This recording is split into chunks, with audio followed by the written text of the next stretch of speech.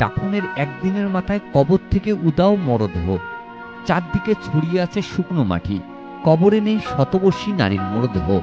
সেখান থেকে কিছুটা দূরে জঙ্গল পেরিয়ে কৃষকের ক্ষেতের মাঠে ক্ষত অবস্থায় পড়ে রয়েছে মরদেহটি। চাঞ্চল্যকর এমন ঘটনা দেখতে উৎসুক লোকজন ভিড় করেন। কিশোরগঞ্জ করিমগঞ্জের নোয়াবাদ ইউনিয়নের কুমুরিয়া গ্রামের মৃত বদির উদ্দিনের স্ত্রী মৃত শতবর্ষী চানবানুর কবরে ঘটে এমন অদ্ভুত ঘটনা। গত 18 জুলাই বুধবার দুপুরে মারা যান শতবর্ষী চানবানু। ওই দিন মুসলিম রীতিনীতি মেনে যথানিয়মে বাদ মাগরিব ডুমুরিয়া কবরস্থানে চানবানুর মরদেহ দাফন করা হয়।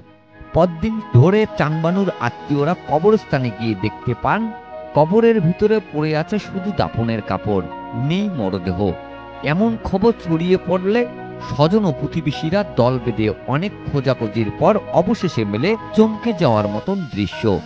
কবরস্থান থেকে কিছুটা দূরে জঙ্গলের পাশে স্থানীয় ব্যক্তির কৃষি জমিতে অক্ষত অবস্থায় পড়ে রয়েছে চানবানুর মরদেহ।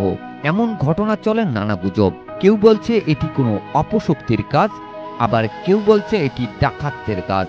আশপাশে হাটবাজারে আলোচনা এমন ঘটনা গ্রামে এর আগে কেউ শুনেনি বা দেখে নাই।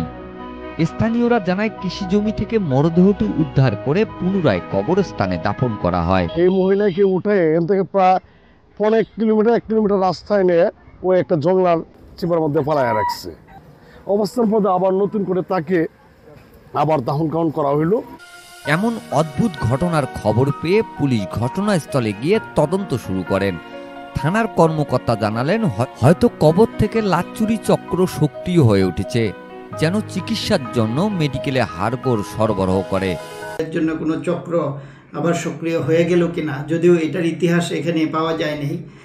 আমরা ওই দিকটাই আপাতত চিন্তা করতেছি, যেহেতু মানে এই পরিবারের সাথে এই কবরস্থানের বা এই মহিলার সাথে কারো ব্যক্তিগত দ্বন্দ্ব কোনোটারই সন্ধান পাওয়া যায়নি।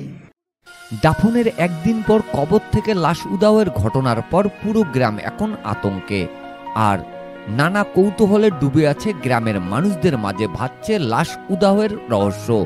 কেন কবর থেকে রাতের আধারে তুলে নিয়ে যাওয়া হলো শতবর্ষের চানবানুর লাশ? এই উত্তর খুঁজছে এলাকাবাসী। Mizanur Rahman, DRS news.